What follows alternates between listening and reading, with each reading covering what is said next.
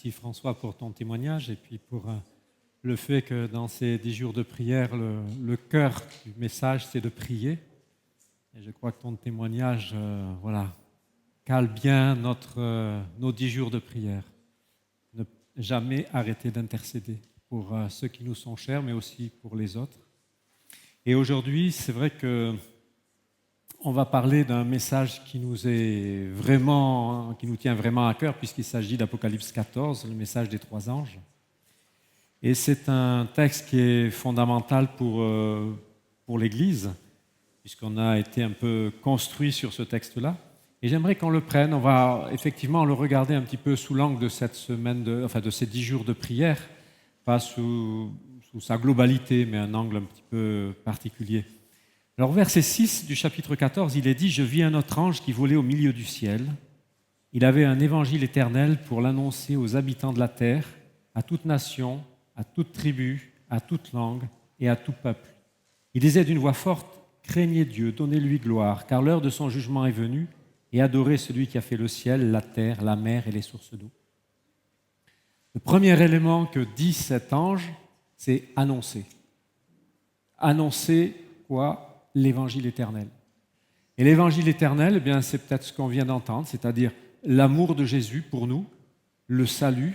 Et ce salut, dans ce texte, c'est répété, c'est un des éléments qui est vraiment sur lequel le texte insiste. C'est pour l'annoncer, le texte dit aux habitants de la terre, à toute nation, à toute tribu, à toute langue, à tout peuple. C'est un message qui est pour chaque individu et le Seigneur veut toucher chacune de ces personnes pour les sauver. Et le texte continue en disant « Craignez Dieu et donnez-lui gloire, car l'heure de son jugement est venue, et adorez celui qui a fait le ciel, la terre, la mer et les sources d'eau. » Et donc c'est une invitation à l'adoration du Créateur. Mais en même temps, le texte nous dit de donner gloire. Et il y a différentes manières de comprendre ce que ça veut dire donner gloire. Mais donner gloire, c'est donner du poids à la parole de Dieu, à ce qu'il nous dit. Et donner du poids, comment est-ce qu'on rend gloire à Dieu? Et j'ai envie de dire, c'est en étant cohérent entre ce que l'on connaît de lui, ce que l'on sait de lui et ce que nous essayons de vivre. C'est quelque chose qui fait que nos paroles, nos prières sont en accord avec le Seigneur. Et en étant cohérent, le témoignage que l'on a va avoir une certaine force. Parce que nos actes, nos comportements parleront en faveur de ce que nous disons. Et nos prières pourront monter vers le ciel parce que nous sommes en cohérence avec ce que nous demandons. Et c'est vrai qu'il y a besoin peut-être de cohérence parfois dans nos vies personnelles, dans nos vies familiales, dans nos vies professionnelles et aussi dans nos vies d'église ecclésiale. Et peut-être que ce temps, en tout cas je le souhaite pour vous, ça a été en tout cas pour moi, un temps de réflexion, de remise en cause, en me demandant est-ce que, alors je ne me l'étais pas posé dans ces termes-là, mais en lisant ce texte, verset 7, « Donnez-lui gloire », est-ce que je donne gloire? Est-ce que j'accorde à Dieu le poids dans ma vie qui fait que ça me dirige dans le sens qu'il le souhaite? Donc, donnez-lui gloire, Donnez gloire à ce Dieu créateur. Ensuite, c'est vrai qu'aujourd'hui, ce n'est pas non plus évident pour tout le monde de croire en un Dieu créateur, mais c'est la base, le cœur de l'évangile éternel. Croire que Dieu est le créateur. Mais le texte rajoute, le jugement est venu. Et j'ai envie de dire, parce que cette notion de jugement est là, c'est quelque chose qui est là pour nous faire réfléchir, et encore une fois, pas simplement pour l'annoncer aux autres, mais pour se remettre en cause en se disant, est-ce que je marche comme je devrais le faire avec le Seigneur? Et c'est pour ça que j'ai aimé le titre de cette semaine, c'est « Retour vers l'autel ». C'est retour vers Dieu, et toujours encore une fois se remémorer, réfléchir, revenir au Seigneur pour être en accord. Parce que je crois que plusieurs l'ont dit, on a tendance évidemment à croire, à suivre le Seigneur, à faire le mieux que l'on peut, et puis parce que voilà, il y a des événements de la vie, il y a des dérives. Et tant qu'on n'est pas attentif, on glisse, et puis à un moment donné, on s'aperçoit qu'on est loin. Vous savez que si vous prenez un tout petit angle, même pas 1 degré, mais que vous le faites sur des centaines de kilomètres, à la fin, la distance est énorme. Et donc, le fait de revenir à l'autel, c'est reprendre le bon cap et revenir à ce texte, donner gloire au Seigneur. Le deuxième ange, c'est le verset 8, qui dit « Un autre ange suivit en disant « Elle est tombée, Babylone, la grande, qui a abreuvé toutes les nations du vin de la fureur de sa débauche. » Alors c'est vrai que pour nous, Babylone, c'est les fausses croyances, c'est le message que nous disons, mais dans ce texte, c'est un message d'espoir. Parce qu'effectivement, c'est les fausses croyances, mais vous vous souvenez, quand on a abordé Genèse au chapitre 3 avec le péché, je vous ai dit, c'est des ruptures qui se succèdent dans la vie. Et en fait, Babylone, c'est la confusion, c'est le résultat de toutes ces ruptures. Et ce texte nous dit, Babylone est tombée. Tout ce qui a fait des ruptures entre nous et les autres et entre nous et Dieu, tout cela, ça tombe. Et le fait d'accepter Jésus comme son sauveur est là pour faire tomber Babylone en nous et permettre d'être pleinement des enfants de Dieu.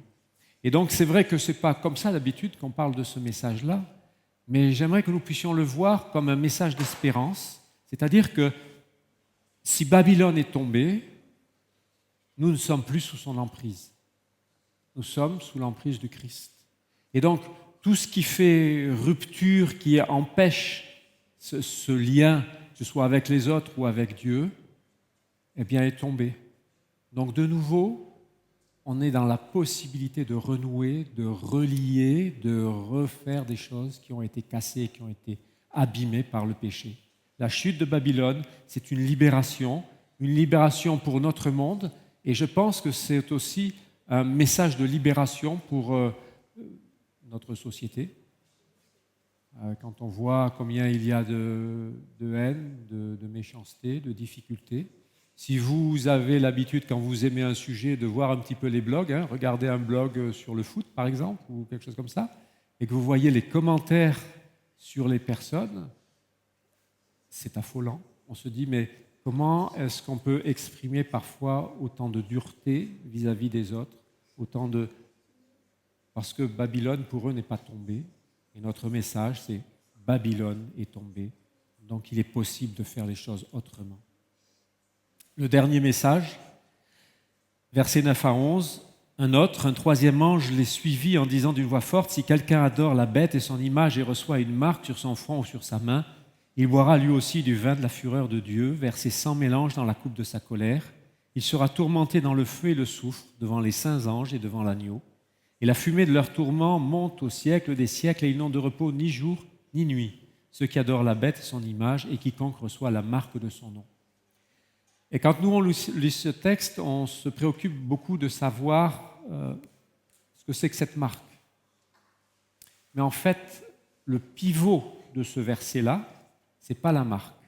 C'est un tout petit mot qui se trouve au début du verset qui dit « si ». Oui, il y a quelque chose de terrible qui arrive, mais il y a ce petit mot « si ». Et quand on met ce mot « si », ça veut dire qu'il y a encore un choix. il y a encore une possibilité. Et pour revenir à la prière dont parlait François, on n'a peut-être pas cherché de savoir qui est la marque, mais on a prié parce qu'il y a encore une petite ouverture. Il y a un si. Et ceci, les personnes répondront positivement ou négativement, ce sera leur choix. Mais nous, notre rôle, tant que la porte est ouverte, c'est de prier pour ces personnes, pour que le Seigneur les interpelle, les touche, et qu'ils puissent échapper à ce que décrit ce texte. Parce que je ne crois pas qu'on puisse se réjouir, même si ce sont des méchants, comme on dit, qu'ils puissent être tourmentés dans le feu et le soufre, qu'ils puissent passer par des moments terribles. Est-ce qu'on peut se réjouir, même si c'est quelqu'un de méchant, qu'il puisse passer par des moments difficiles, douloureux? Alors il me semble que ceci, c'est une ouverture pour nous dire continuez à prier. Il y a encore des possibilités, que le salut est ouvert pour d'autres. Alors que le Seigneur nous aide à avoir un message positif sur le salut, dire que Babylone est tombée et qu'il y a toujours un espoir, il y a toujours une ouverture et que nous puissions, nos amis, nos connaissances, les gens que nous croisons, en profiter. Amen.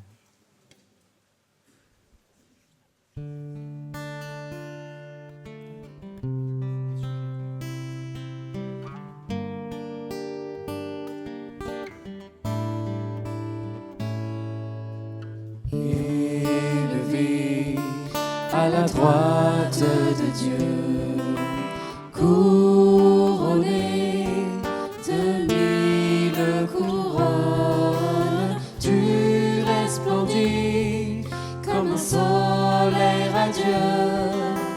Les astres crient autour de ton trône, à l'agneau de Dieu soit la gloire, à l'agneau de Dieu la victoire,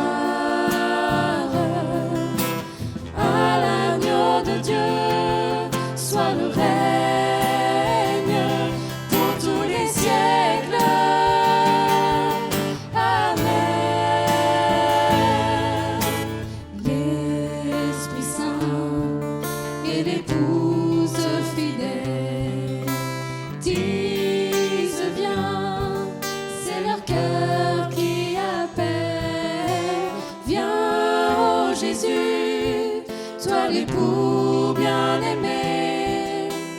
Tous les Jésus ne cessent de chanter.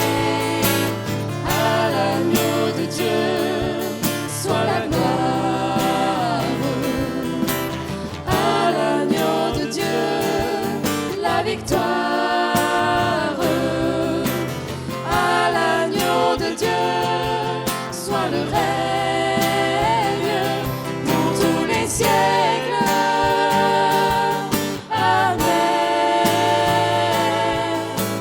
Tous les peuples et toutes les nations d'un seul cœur, avec les milliers d'anges, entonneront en l'honneur de son nom ce chant de gloire avec force et louange. À l'agneau de Dieu soit la gloire, à l'agneau de Dieu la victoire, à l'agneau de Dieu soit le règne pour tous les siècles. Amen.